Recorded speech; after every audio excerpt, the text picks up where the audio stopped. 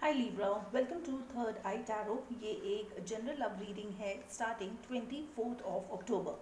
Video शुरू करने से पहले एक इम्पॉर्टेंट डिस्क्लेमर।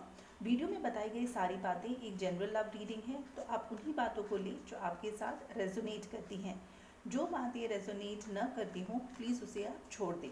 तो चलिए शुरू करते हैं। आपका पहला कार्ड है डेविल कार्ड, मैजिशियन कार्ड और 10 ऑफ वॉन्ड्स। पर्सन बी, उनका पहला कार्ड है knight of pentacles, ace of wands और hermit card. Bottom of the deck है 9 ऑफ कप्स। इसका मतलब आप दोनों के बीच में म्यूचुअल लव एंड अफेक्शन है, मगर कहीं ना कहीं आप दोनों थोड़े से लेजी हैं, इस वक्त एफर्ट नहीं डालना चाहते इस रिलेशनशिप में ना। जो पहला सेट ऑफ कार्ड है वो है डेविल कार्ड। इसका मतलब आपके आसपास कोई नेगेटिव एनर्जी है। हो सकता है ये कोई पर्सन हो, कुछ केसेस में फैमिली मेम्बर, ऑफिस का कोई कुलीग, या कुछ केसेस में हो सकता है आपका फ्रेंड। कोई भी ऐसा पर्सन जो आपके आसपास है जो थोड़ा नेगेटिव है। और कुछ केसेस में ऐसा भी हो सकता है कि आप में कोई ऐसी हैबिट है जो नेगेटिव है, जैसे कि सेक्स, ड्रग्स, अल्कोहल, कुछ भी ऐसा जो नेगेटिव है वो इस डेविल एनर्जी को इंडिकेट करता है ना। जो सेकंड कार्ड है वो है मैजिशियन कार्ड। इसका मतलब ये है कि आप बहुत ही ज़्यादा थोड़ा ट्रिक यूज़ करने की सोचोगे, जहाँ पे आप चाहोगे कि ये जो 4 एलिमेंट्स होते हैं यूनिवर्स के, वो आपके अकॉर्डिंग काम करें। कुछ केसेस में ये पॉजिटिव है, कुछ केसेस में ये नेगेटिव है।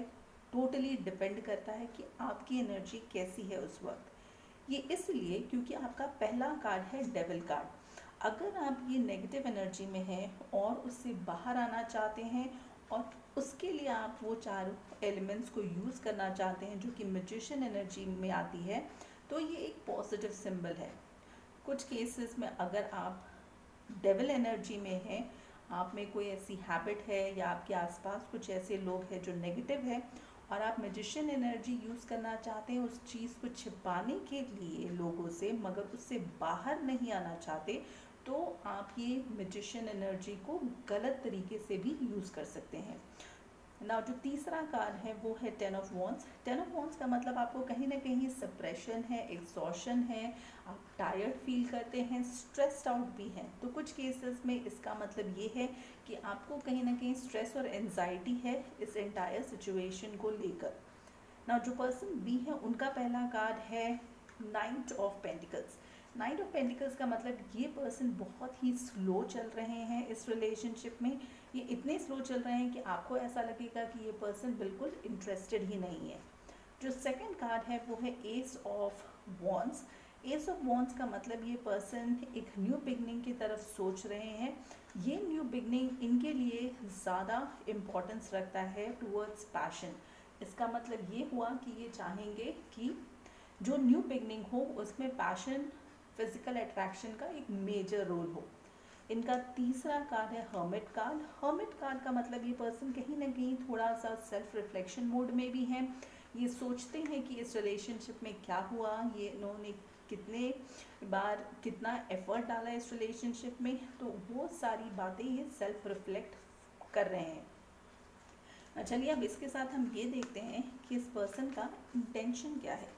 सो जो इंटेंशन है इस पर्सन का वो है 3 of cups, king of swords और 2 ऑफ स्वॉर्ड्स।